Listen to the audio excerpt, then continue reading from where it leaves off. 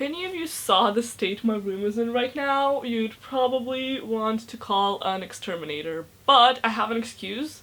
Brace yourselves, exam season is upon us. Swing a little further, higher, underneath the big top trees. Hello there everyone, it's B, and I feel like I haven't done a proper normal sit-down video in such a long time, one where I'm not talking about issues that make me very uncomfortable. Today I'll be doing an April favorites video, and I haven't done one in a long time, and I just decided that I needed a rest from my exam schedule and revising in the library because I haven't left that place in a million years. I like sleep there, eat there, I live in the library. I've got a lot of things to talk about, so let's begin. This is called a Kiko oil pulling kit, and I wouldn't be including it in my video if I actually didn't think this thing is freaking awesome. So I've been trying to do oil pulling for the past 2 years, and I actually had like promoted it and the health benefits of it in one of my previous videos like ages and ages ago, but it's usually quite complicated to like have a jar of coconut oil and all of that, and it's always really messy and it's not that tasty, to be honest. So when I got sent this, I was a bit skeptical. I was like, what is that? So they have packets like this, and this is actually my favorite flavor called Sweet Sensation, and it has coconut oil inside of it that you have to squish and warm in between your fingers, and this is so satisfying, I can't even tell you. Then you put it in your mouth, swish it around for like 15-20 minutes, and then spit it out, and they taste nice, which is the key factor that I really like, and also leave your teeth pearly white, has cleansing and detoxing properties and a lot of other good things. Just read on oil pulling on Google, and yeah, I really recommend this just to make your life much easier. I love doing this. This is so nice. When I was back in Riga, I went to my friend Daniel's house. Shout out. We started talking about vegan things, and he actually mentioned that he had a vegan shampoo, and I was like, ooh, that sounds interesting. He showed it to me, and it smelled so good that I knew I had to absolutely freaking get it. The funny thing about it, it's by the brand Brooklyn Soap Company, and it's actually, okay, the tagline of this brand is turning regular dudes into dapper gentlemen. Yeah, this is meant for guys, and my obsession with wearing guy shirts, using colognes, and all other guy things is probably getting a bit out of hand. Nonetheless, this is organic, vegan, with no bullshit, handcrafted in a kitchen, not a factory, and it smells so good. Like, it's not your typical shampoo scent, which is what I really wanted and liked when I smelled it at my friend's house. This particular one is meant for blonde hair, and they have one for brunettes as well, so if you want to check them out, vegan, organic, male, Brooklyn Soap Company, here you go. It's probably one of the weirdest things I'm going to show in a video, but I have a industrial piercing in my ear right here, and I pierced that back in December, and it didn't heal for life. I started getting like these bubbles around the holes, like just skin that's like irritated, and I was like really freaked out by it, and I couldn't do anything about it. I tried to use like different kinds of ointments, nothing worked. So I went to my dermatologist, and she prescribed me something called Fusidin. This does have antibiotics in it, and it's prescribed for a lot of people for acne problems as well. For me, it was prescribed for my ear, and oh my lord, it helped. Like, I've been using it for about 2 weeks now, and the swelling has completely gone down. Like, my ear still hurts, but it's not even close as bad as it used to be, and I can finally sleep on this side of my head. I used to have a different rod in there because I made it at a cheap piercing salon, and they said that it was okay, but I have a feeling that it actually contained nickel in it. So when I was in Riga, I went to a piercing salon and asked them to change the rod to medical steel, is it called? I'm not really sure, but nickel free basically, and they changed it, and I think that might have helped it as well, because maybe I was allergic to the previous rod that I had in there.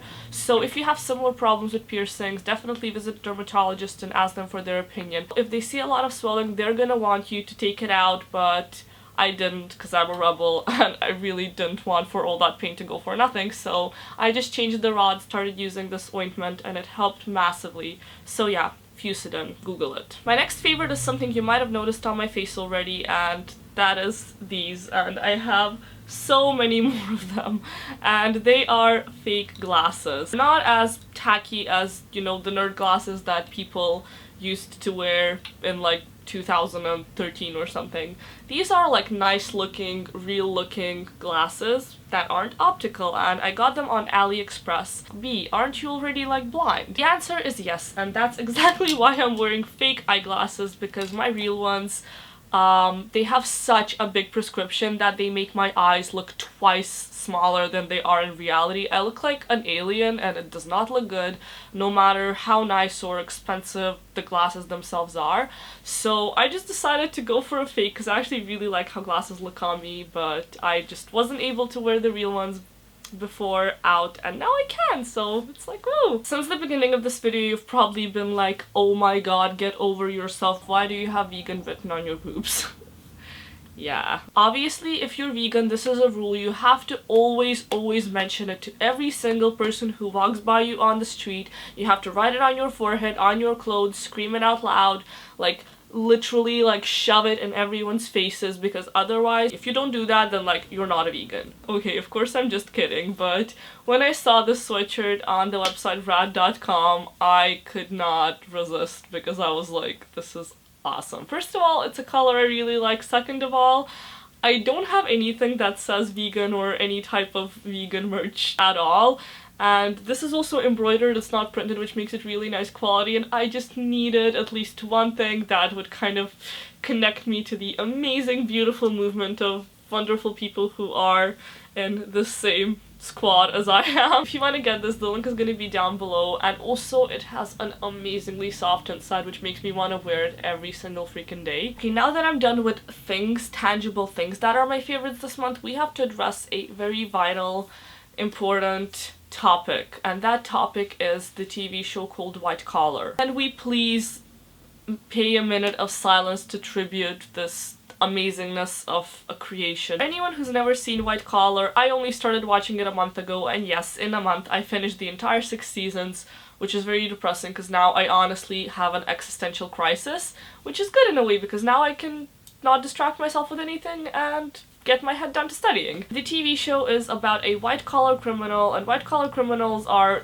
smart kind of criminals, ones who forge art and bonds and like do all kinds of amazing things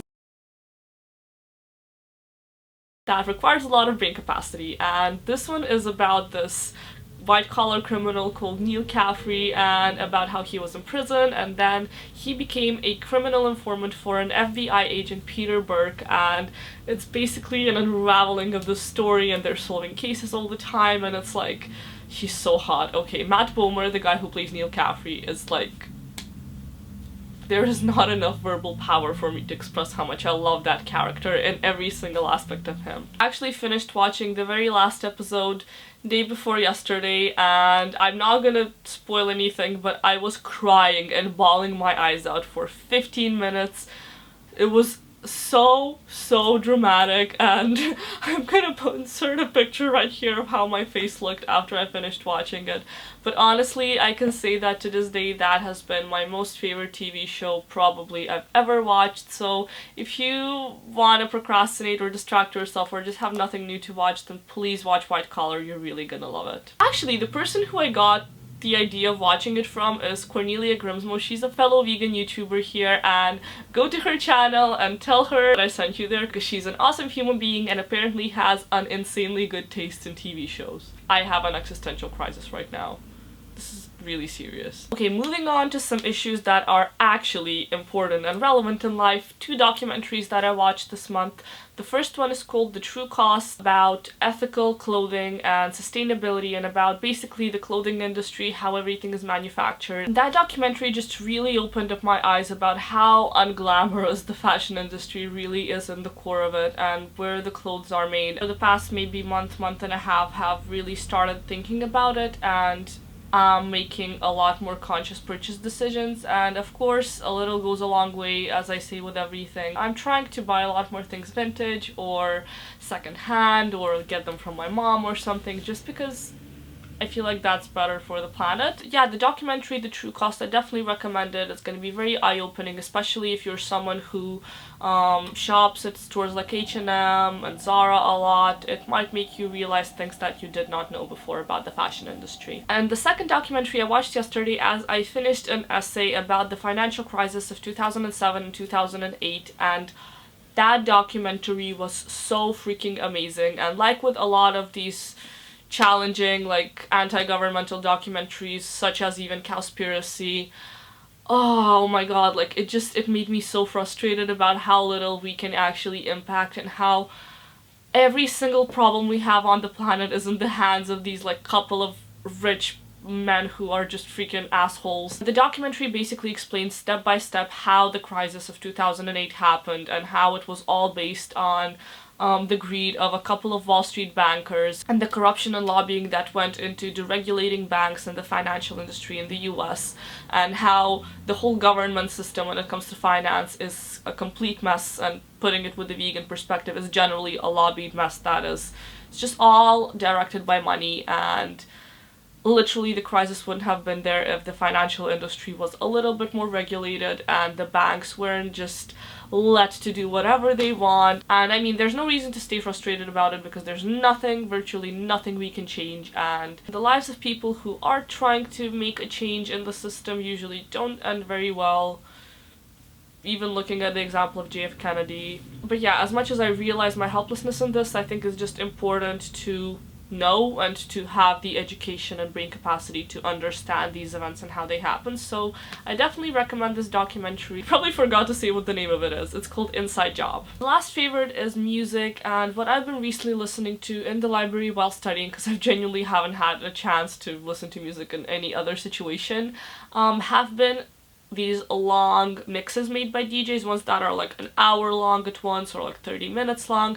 And my favorite ones that I could find are on the SoundCloud page called To Future, and the ones I can recommend that I really liked is one by Matt Damona, Louis the Child, and Manila Killa. I believe there were some more, and you can try find them if you scroll on my SoundCloud and find like really long sound clips.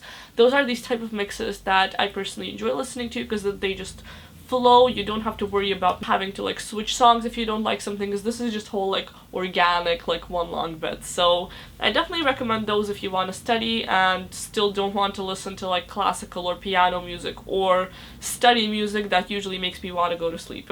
That is everything in this favorites video for today. I really hope you guys enjoyed that, and I will see you in my next one. And good luck to all of my fellow students who are having a really hard time right now studying or are procrastinating at the moment watching this video.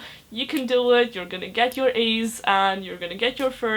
So yeah, good luck to all of you, and I love all of your faces, and goodbye. Love until we burn up.